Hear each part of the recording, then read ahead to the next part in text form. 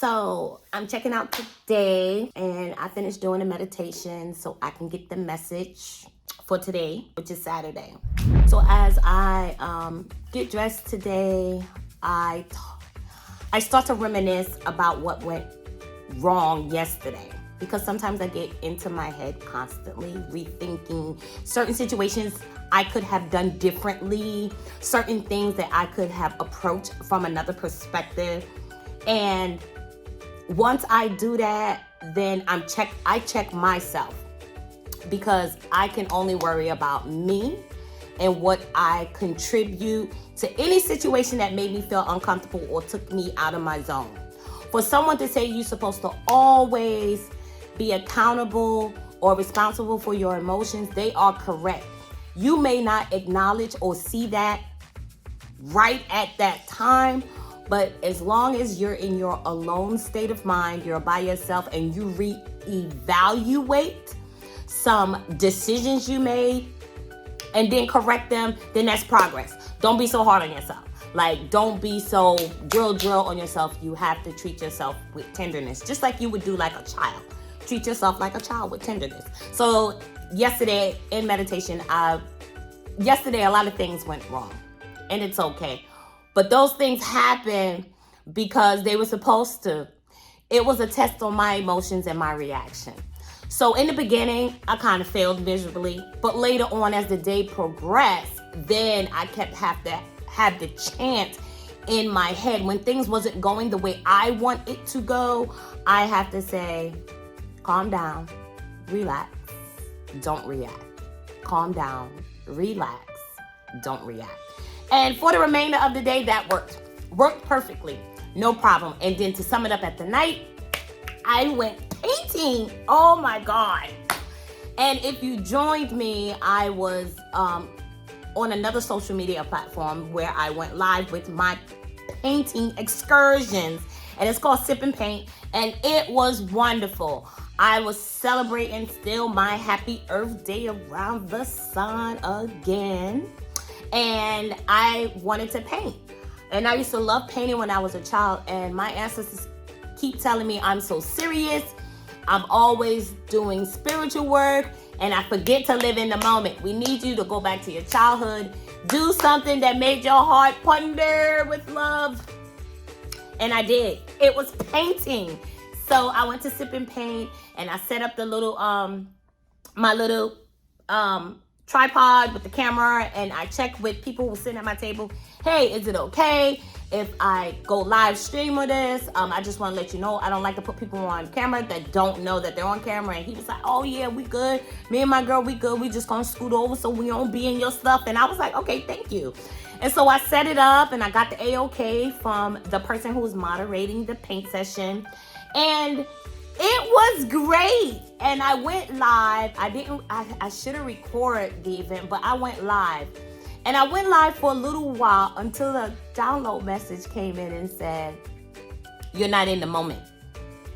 And I was like, wait, what? Because I wanted to keep my audience attentive. So I was like, hey, I'm live, y'all, talking through the mic. I'm doing the painting.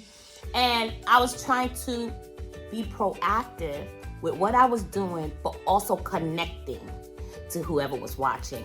And literally, I think I did maybe 30 minutes of live recording. I went live, and then when we went for break to wash our paintbrushes and change the water, Spirit said, get off alive. You're not in the moment. And I was like, I am in the moment. And they was like, no, we need you to be present. You have done so much work in the past year. Every time we ask you to relax, take a trip to the beach, do fun times, you're not in the moment. You're either doing pictures or you're doing recordings. This time, your self-reflecting time, your fun time, your family time, all of this that you have been instructed to do, Spirit don't want it recorded. Literally. Spirit don't even want the pictures. Spirit wants you to be present with no electronics, no cameras, no recording. And I was like, but I want to be the testament to my testimony when I deliver the message. Because that's what I'm all about. Anytime I get a lot of family friends, ex-friends, ex-husbands, ex-boyfriends that were able to pick up a phone and call me, but I have boundaries now. It was always they wanted my advice because I have experienced so much trials and tribulations from a child that I speak from experience when I give any type of advice. Not nothing I've read, not nothing that was taught in school. It was my personal experience. I don't puff any conversation. I tell you exactly how I did it, the steps that I did, gave you an example, and I tell you what my outcome is. Because I guess somebody don't want me to say this. Each situation that someone goes through, the outcome will be different. And there's different timelines, literally. So I want to say that this message right now is for anyone who is trying to build their platform. It will build organically. If you want to take pictures while you're having this fun time in your moment, I'm for it. Take the pictures, because now we use cameras to take pictures of certain times and events that is close to our heart, and then we print it out later. I'ma say, do it if your spirit calls you to do it. But for me and what was going on yesterday, my spirit was like, turn off that live and be present in the moment. Be present in what you're doing. That was a confirmation from my refrigerator in this hotel room that the accuracy is. And once I did start recording, there was more interaction with other people. They were talking to me. They would say, oh, it's your birthday. They even sung happy birthday. And it's ironic because when I was in meditation, I thought about the painting session, and it was like 3 other people that was there alone. I was there alone, and then everybody else was like coupled up. But no one really was talking to me. It was a different type of energy. And normally wherever I go, everyone is talking to me. So I know even though others was not bothered by the live, they wasn't interacting. And that's what spirit want us to do. If you're a light worker and you're here for a specific mission, it's literally for all of us to bring back love here. Bring back love. Whatever your gift is to present to others, at the end of the day, the overall is to give back love. Some people have to step into the dark to bring those out. There's actually some people who can come around other people, and other people may feel uncomfortable because this person of light speaks nothing but truth. And they're going to speak or say things that may have others feel uncomfortable with, but it's a situation that they got to look at. So you have some people who will step in the dark to bring those to the light. There are everyone here with a task. Whether you accept it or not, it's a task.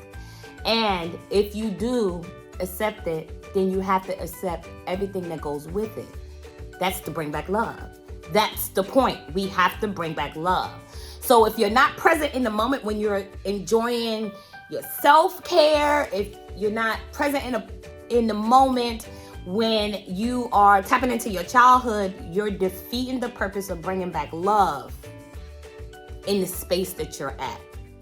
You may have some platforms that you can do this, go live, speak the message, and whoever is meant to hear it or see it, they will tap in. They will follow you. But at the time yesterday, Spirit was like, turn it off, be present. And once I did that, the people at the table was talking to me. The people over on the other side, they was laughing, that they was friends. They just had jokes. Me and the lady had jokes going back and forth, which I always do that with my Virgo women. They crazy, and we was chopping it up. And it made that time more enjoyable. And I thank Spirit from always being connected. Thank God, Messiah, Allah, to give me that message to be more present in my painting. So the overall message is, when you're doing anything that fills the heart with joy, be present. Turn off the camera, turn off the video, and be present. Okay? That's the message before I head home and be with my son. Aha,